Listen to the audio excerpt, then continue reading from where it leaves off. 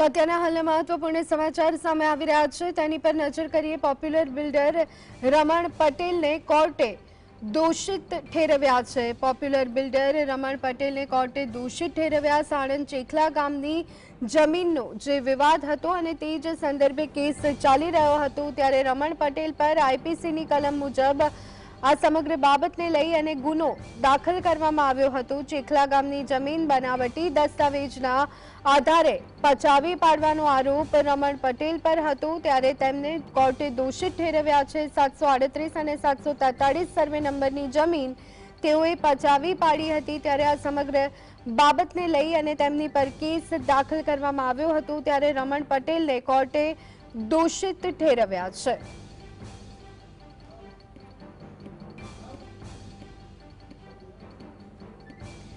તો રમણ Patel popular builder રમણ પટેલ પર case ચાલી રહ્યો હતો।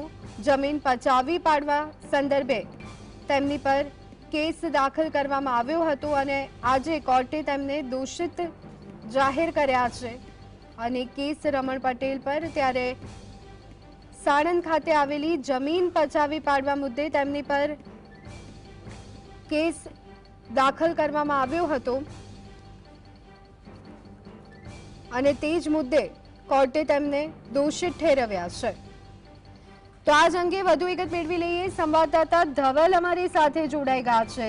ધવલ, પોપ્યુલર બિલ્ડર રમણ પટેલ પર કેસ તેમને દોષિત જાહેર કર્યા છે કોર્ટે, શું વિગતો?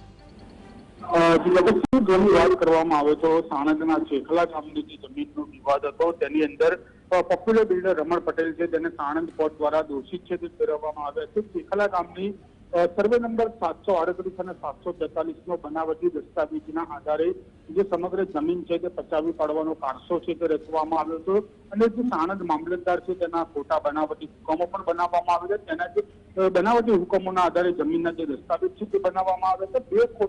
2 જેટલી જમીનના જે ખોટા દસ્તાવેજ છે, 2 સર્વે નંબર છે તેના ખોટા દસ્તાવેજ બનાવીને જે જમીન છે તે વેચી નાખવામાં આવી હતી અને ત્યારબાદ તેમની ઉપર જે ફરિયાદ છે નોંધાવવામાં આવી હતી। આ સમગ્ર જે જમીન વેચાણનો કેસ છે તે 1998ની સમયમાં આ સમગ્ર કેસ બનવા પામ્યો હતો અને ત્યારબાદ જે ફરિયાદી છે તેના દ્વારા ફરિયાદ પણ આપવામાં આવી હતી અને આજ રોજ કોર્ટે જે છે તે પોતાનો ચુકાદો છે તે સંભળાવ્યો છે અને જે પોપ્યુલર બિલ્ડર રમણ પટેલ છે તેને દોષિત ઠેરવવામાં આવે છે। થોડી જ વારની અંદર સાણંદ કોર્ટ દ્વારા જે સજાનું એલાન છે તે પણ તેના ઉપર કરવામાં આવશે।